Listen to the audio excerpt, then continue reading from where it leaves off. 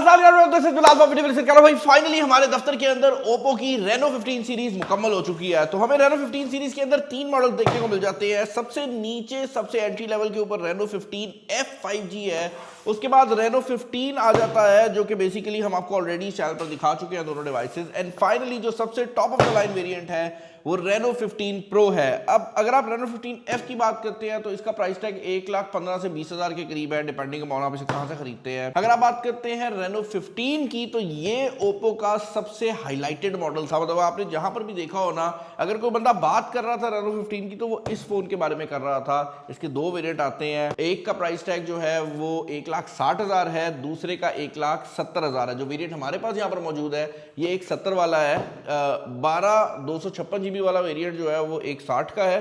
12/512 वाला जो वेरिएंट है वो 1,70 का है। एंड फाइनली सबसे बड़ा भाई जो है इनका वो ये वेरिएंट है जो कि बेसिकली ओप्पो का रेनो 15 प्रो है। ये इस सीरीज का ना सिर्फ सबसे top of the line variant है बल्कि फॉर सम वियर्ड रीजन ये साइज में सबसे छोटा है। मतलब इंटरेस्टिंग बात ये है कि ये जो दो डिवाइसेस हैं रेनो 15 और रेनो का जो 15F है, इन दोनों के स्क्रीन साइजेस जो हैं वो आपको बड़े देखने को मिलते हैं। 6.57 और 6.59 है, जबकि यहाँ पर आपको जो स्क्रीन साइज देखने को मिलता है वो 6.32 है, जिसका मतलब ये है कि वो इन दोनों से भी छोटा है। और इंटरेस्टिंग बात ये है कि अगर आपके पास पहले रेनो 14 प्रो चल रहा है तो वो भी 6.83 इंचेस का फोन था, यानी कि वो पाकिस्तानी मार्केट में सबसे बड़े रेनोज में आता था। तो अब जो प्रो वेरिएंट है वो स्क्रीन साइज छोटे के साथ आ रहा है। मैंने कहा ये वीडियो में ऐड कर दूं ताकि अगर कोई बंदा प्रो से अपग्रेड कर रहा हो प्रो के ऊपर, यानी 14 प्रो से 15 प्रो पे आए तो उसे पता हो कि ये साइज में छोटी डिवाइस है। इसके पीछे रीजन ये है कि इंटरनेशनली इसके बड़े वेरिएंट भी लॉन्च हुए हैं। तो अब जो प्रो है ये काफ़ी हद तक आईफोन की जो प्रो सीरीज है उसको टारगेट कर रहा है। और इसके ऊपर वाले वेरिएंट आए हैं जो कि स्क्रीन साइज में बड़े हैं, वो पाकिस्तान में लॉन्च नहीं हुए, वो बड़े स्क्रीन साइज के साथ आ रहे हैं। अच्छा, फ़ोन को यहाँ पर हम अनबॉक्स कर लेते हैं। रेनो 15 सीरीज जो है ना, इंटरेस्टिंग बात ये है कि इसके ये जो दो वेरिएंट्स थे ना, ये दोनों डब्बे, ये दोनों mobile phone made in Pakistan है, मैन्युफैक्चर्ड इन पाकिस्तान है। जबकि इसका जो हाई एंड वेरिएंट है Reno 15 pro, this phone comes directly from China, इसीलिए आपको जो पैकेजिंग है उसका भी थोड़ा सा डिफरेंस जो है वो देखने को मिलेगा। पाकिस्तान में ये ऑफिशियली लॉन्च ज़रूर हुआ है, बट अगर आप इसके डब्बे के बैक पर देखें तो आप देखेंगे इसके बैक पर PTA का स्टिकर लगा हुआ है, लेकिन ये मेड इन चाइना है। अच्छा, बॉक्स के अंदर सेफ्टी गाइड वगैरह आ जाती है, आपकी डिवाइस वेरिफिकेशन का कार्ड आ जाता है PTA का। उसके अलावा आपको ये केस देखने को मिल जाता है जो कि बैक से हार्ड है, साइड से आपको काफ़ी हद तक कंफर्टेबल फील जो है वो प्रोवाइड करता है। फ़ोन देखने को मिल जाता है और जो कलर है वो अरोरा ब्लू ही है, जो कि इस सीरीज़ का अगेन जो सबसे ज़्यादा हाईलाइटेड कलर है वो है। बॉक्स में चार्जर जो है वो 80 वाट का सुपरवुड का चार्जर है। उसके अलावा आपकी केबल है और आपको आपकी जो सिम इजेक्शन पिन है वो देखने को मिल जाती है। अच्छा, अब रेनो 15 सीरीज के अंदर जो हाईलाइटेड फीचर्स थे उनमें सबसे पहली चीज़ तो थी इन मोबाइल फोन्स के अंदर मौजूद कैमरास। इन सब मोबाइल फोन्स के अंदर जो फ्रंट कैमरा है वो ना सिर्फ 50 मेगापिक्सल का है बल्कि ये फ्रंट कैमरा एक अल्ट्रा वाइड एंगल कैमरा है, जिसका मतलब ये है कि जब भी आप इससे पिक्चर्स वगैरह खींचेंगे तो अगर आप इस एंगल पे भी खींचते हैं ना तो आपकी तस्वीर में काफ़ी ज़्यादा एरिया जो है वो कवर हो जाता है। और दूसरा फ़ायदा ये है कि ये सब मोबाइल फोन्स फ्रंट के ऊपर 4K वीडियो रिकॉर्डिंग सपोर्ट करते हैं, जिसका मतलब ये है कि अगर आप कोई कंटेंट क्रिएटर हैं और आप फ्रंट कैमरा को यूज़ करके कंटेंट बनाना चाहते हैं तो इन मोबाइल फोन्स के थ्रू आपको एक जो व्लॉगिंग वाली लुक है वो बड़ी अच्छी आ जाती है। तो वो चीज़ यहाँ पर भी मौजूद है। मेटल बॉडी डिज़ाइन के अंदर ये मोबाइल फ़ोन आता है। जहाँ पर डिफरेंसेस देखने को मिलेंगे वो ये है कि एक तो ये स्क्रीन साइज में छोटा है, दूसरा इसके जो बैक पे कैमरे लगे हुए हैं ना वो नेक्स्ट लेवल है। बेसिकली इस मोबाइल फ़ोन के अंदर आपको फ्रंट कैमरा 50 मेगापिक्सल का मिलता है, आपको मेन कैमरा 200 मेगापिक्सल का देखने को मिलता है, आपको अल्ट्रा वाइड एंगल कैमरा भी 50 मेगापिक्सल का मिलता है, एंड देन आपका जूम कैमरा भी जो है वो 50 मेगापिक्सल का है और 3.5x ऑप्टिकल जूम के साथ आता है।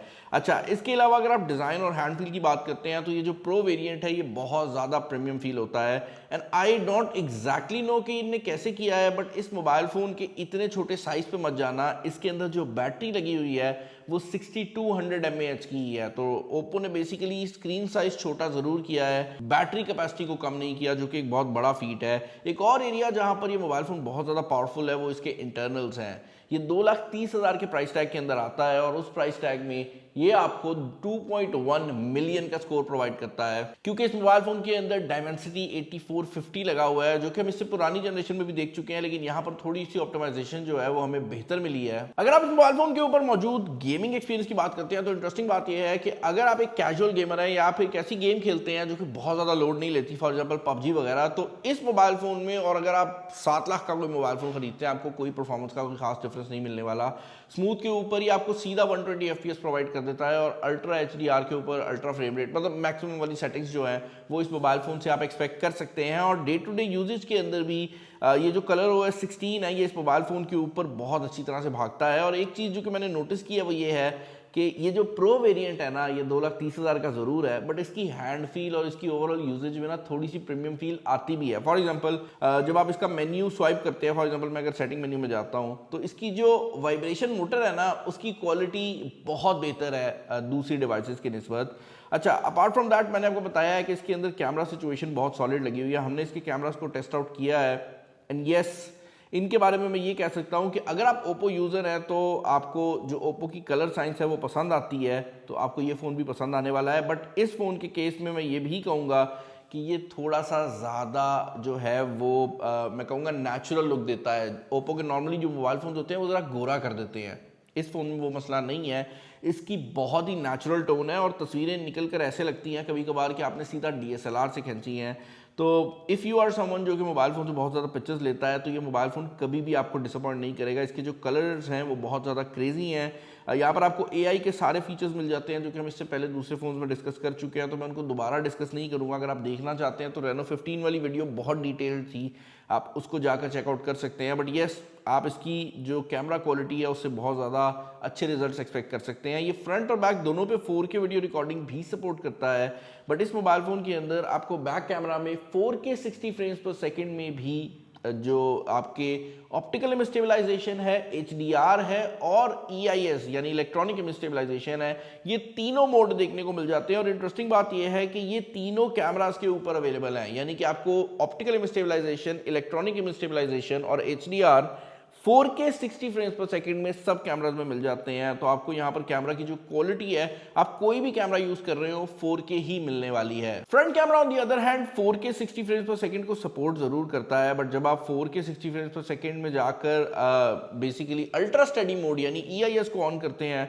तो ये 1080p पे मूव कर जाता है, बट HDR में ये 4K 60 फ्रेम्स पर सेकंड आपको प्रोवाइड कर देता है। इस मोबाइल फोन के अंदर आपको ड्यूल सिम स्लॉट देखने को मिल जाती है। वैसे मुझे नहीं लगता कि कोई भी बंदा इसमें मेमोरी कार्ड डालना चाहेगा, क्योंकि इसका एक ही वेरिएंट पाकिस्तान में लॉन्च हो रहा है जो कि 12/512 GB वाला है।